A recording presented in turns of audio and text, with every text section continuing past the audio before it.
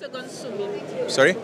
Your appreciation for this second summit? My appreciation is that it is a very good event, and it gives you an opportunity for a lot of people to come, especially for the business side, to come to find partners, to make new friends, to promote culture, to tell that Africa is not just a simple nation.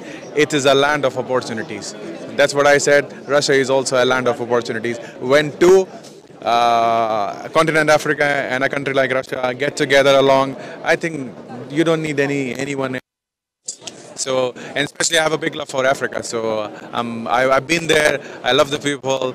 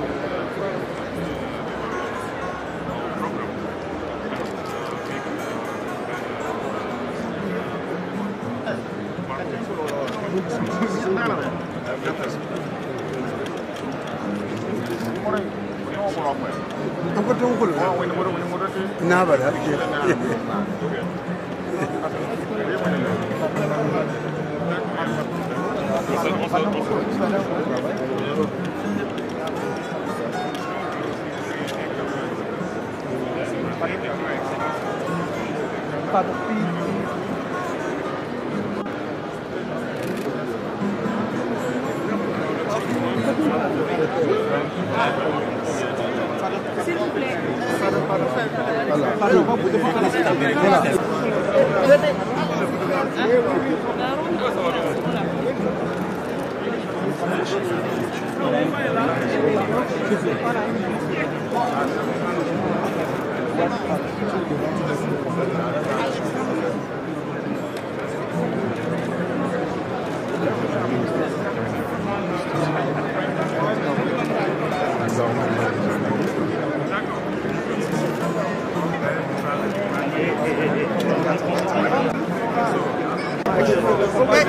Bon, écoutez, on s'en va. Alexandre. Alexandre. C'est bon. C'est bon.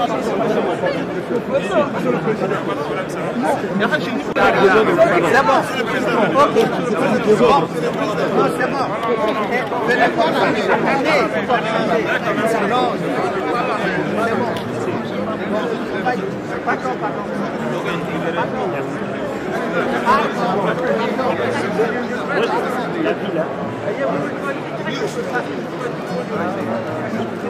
Pardon. Ok. du peuple du pays des hommes intègres. C'est aussi le lieu pour moi, avant tout propos, de rendre grâce à Dieu. Dieu Tout-Puissant qui nous a permis de nous réunir ici ce matin en bonne santé pour parler de l'avenir et du bien-être de nos peuples. Je m'en vais m'excuser auprès des anciens que je pourrais vexer dans mes propos à venir. L'africanité oblige, les droits de l'aise, je me dois de m'excuser. Camarades, j'ai quelques questions donc de ma génération. Oui, il y a une question qu'on se pose. Mais nous n'avons pas de réponse. Et il se trouve qu'ici, nous pouvons laver donc notre linge sale parce qu'on se sent en famille. On se sent en famille en ce sens que la Russie est une famille aussi pour l'Afrique. C'est une famille parce que nous avons la même histoire. La Russie a consenti d'énormes sacrifices pour libérer le monde du nazisme pendant la Seconde Guerre mondiale. Les peuples africains, nos grands-pères, ont été déportés de force aussi pour aider l'Europe à se débarrasser du nazisme. Nous partageons la même histoire en ce sens que nous sommes les peuples oubliés du monde.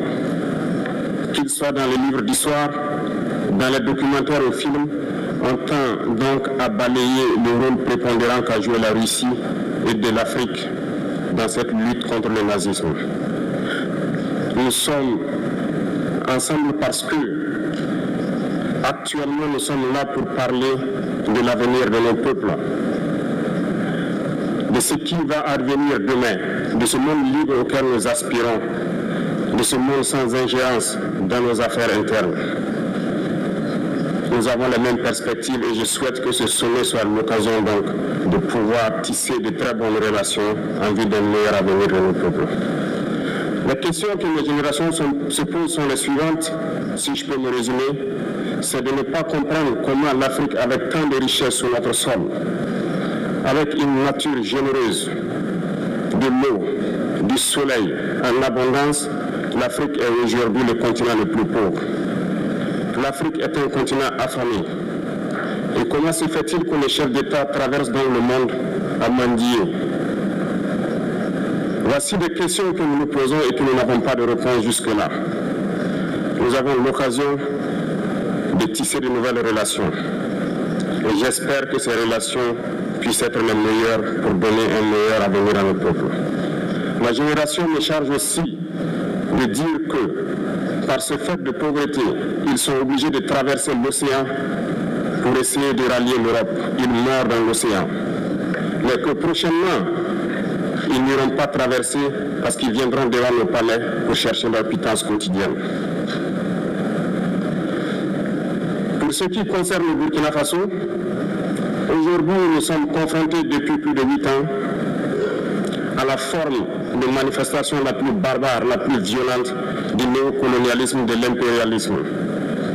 L'esclavage qu'on tend encore à nous imposer. Nos dévanciers nous ont bien appris une chose. L'esclave qui n'est pas capable d'assumer sa révolte ne mérite pas que l'on s'apitoie sur son sort. Nous ne nous apitoyons pas sur nos sorts, on ne demande pas que quelqu'un s'apitoie sur notre sort. Le peuple burkinabé a décidé de lutter contre l'île terroriste en mesure de relancer son développement. Dans cette lutte, des vaillants peuples, des vaillantes populations se sont engagées à prendre les armes face au terrorisme. Ceux que nous avons affectueusement appelés les VDP, des volontaires. Nous sommes surpris de voir les impérialistes traiter ces VDP de milices et de tout type. C'est décevant. Parce qu'en Europe, lorsque des peuples prennent les armes pour défendre leur patrie, on les traite de patriotes. Nos grands-pères ont été déportés pour sauver l'Europe. Ce n'était pas avec leur consentement, contre leur gré.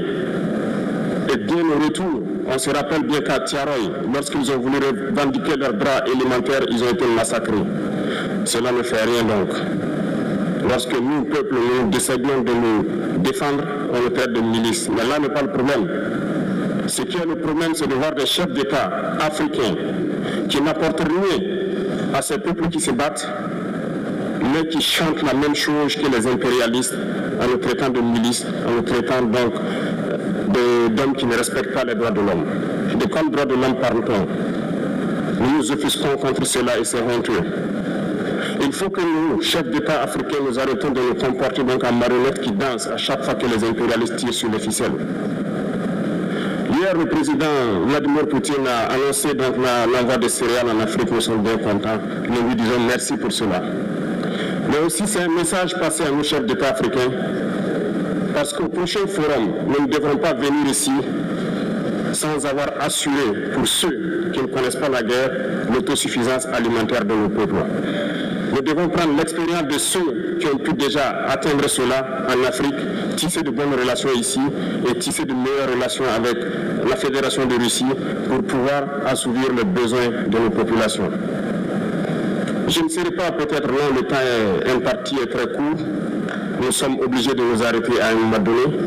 Mais je voudrais terminer en disant que nous devons donc rendre hommage à nos peuples qui se battent. Gloire à nos peuples, dignité à nos peuples, victoire à nos peuples. La patrie ou la mort, nous vaincrons. Merci, camarades. Monsieur le Président de la Fédération de Russie, Excellences, Messieurs les chefs d'État et de gouvernement du continent africain, Messieurs les présidents des instances régionales et sous-régionales africaines, distingués invités, Mesdames et Messieurs.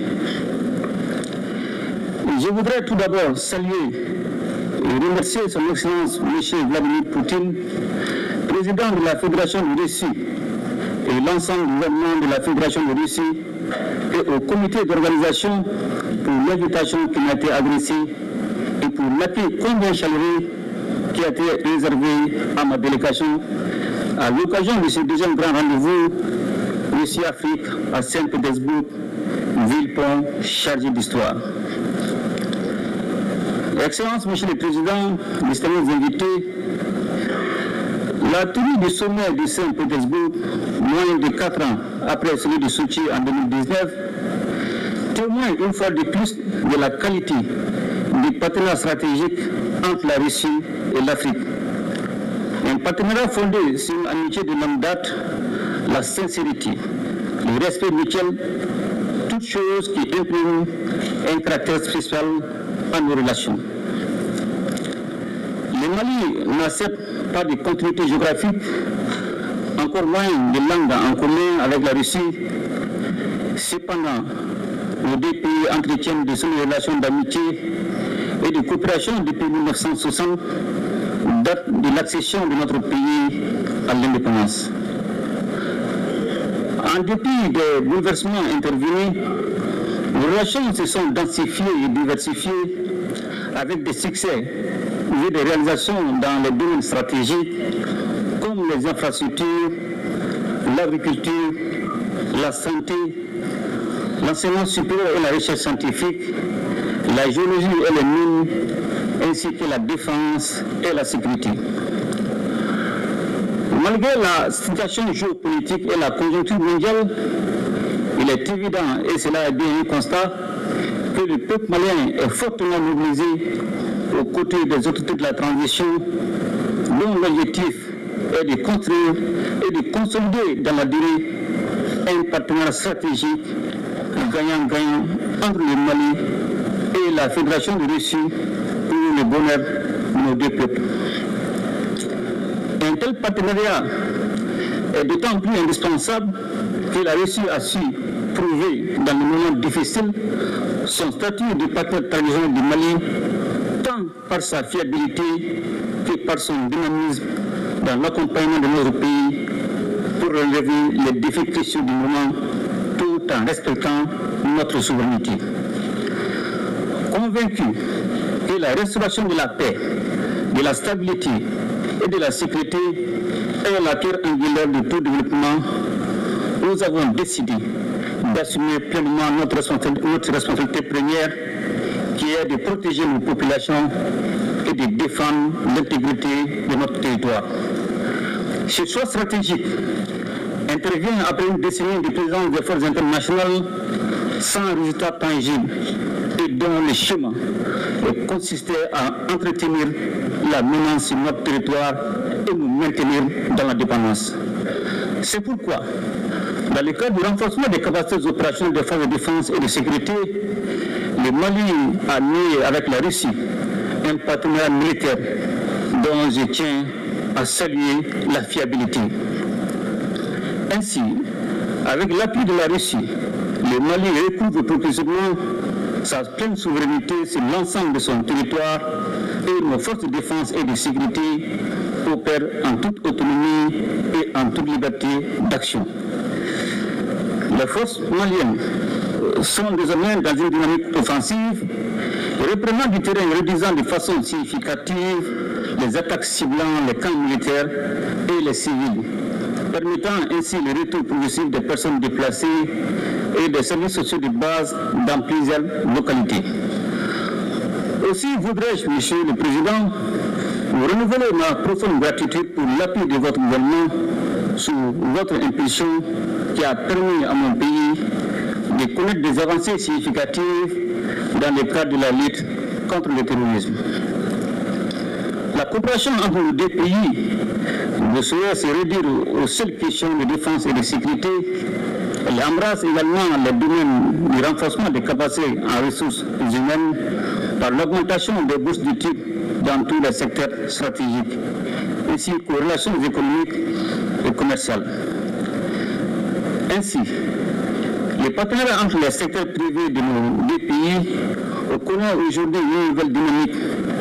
Les formes économiques et humanitaires en marge du présent sommet est une opportunité pour accroître les relations économiques au plan bilatéral.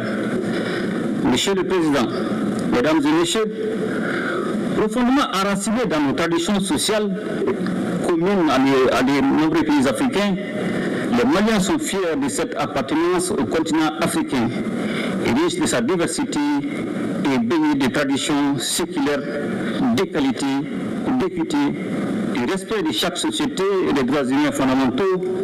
Ce sont des valeurs, des principes et des expériences historiques de justice que nous partageons avec la Russie et qui font que notre partenariat est si spécial.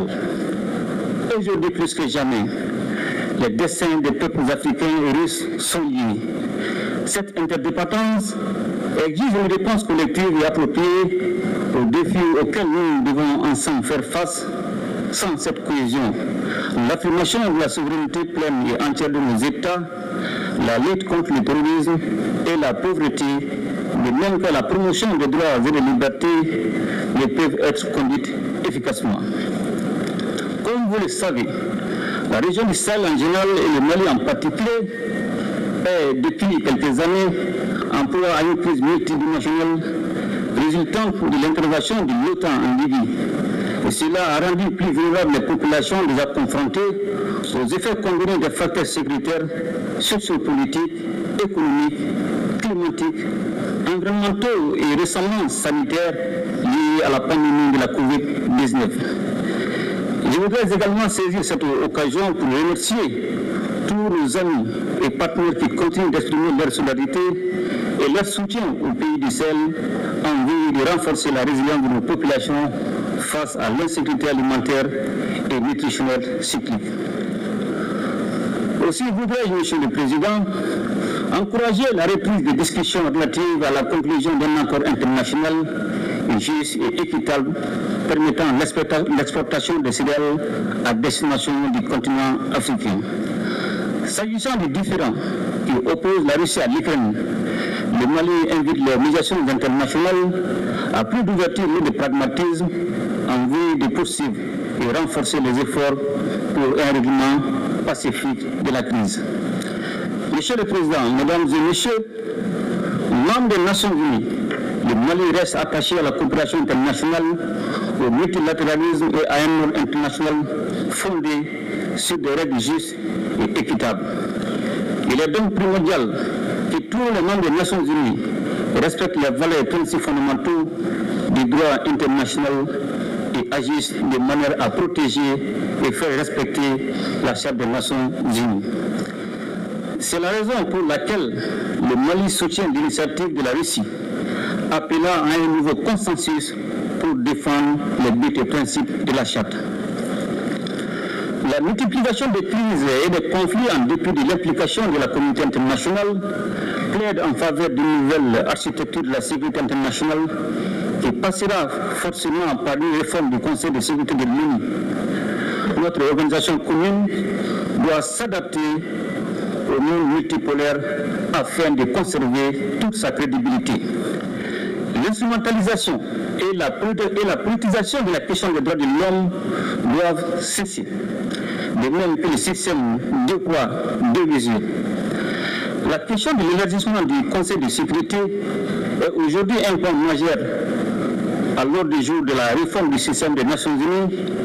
Elle est nécessaire et justifiée avec la proposition de l'Union africaine qui réclame seulement 2 sièges permanents pour l'Afrique.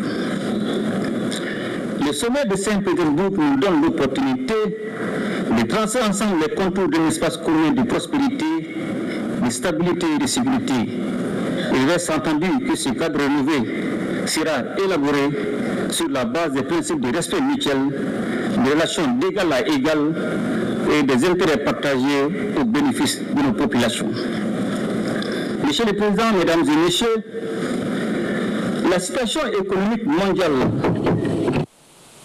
en effet, selon les prévisions, l'économie mondiale serait au bord de la récession en 2023. Cependant, nous avons des motifs d'espérance et demeurons particulièrement attentifs à une autre alternative qui se caractérise par l'émergence des BRICS. Les pays des BRICS se hissent au premier rang de l'économie mondiale et constituent des réponses fiables pour les continents sans contrepartie hypothéquant le développement de notre continent et l'épanouissement de nos populations. Ainsi, les BRICS constituent un réel espoir de soustraire nos pays d'un monde international fondé sur la domination et la marginalisation. C'est pourquoi le Mali soutient des initiatives telles que créer une banque de développement pour le financement des infrastructures ou encore offrir de nouveaux mécanismes et moyens de paiement internationaux.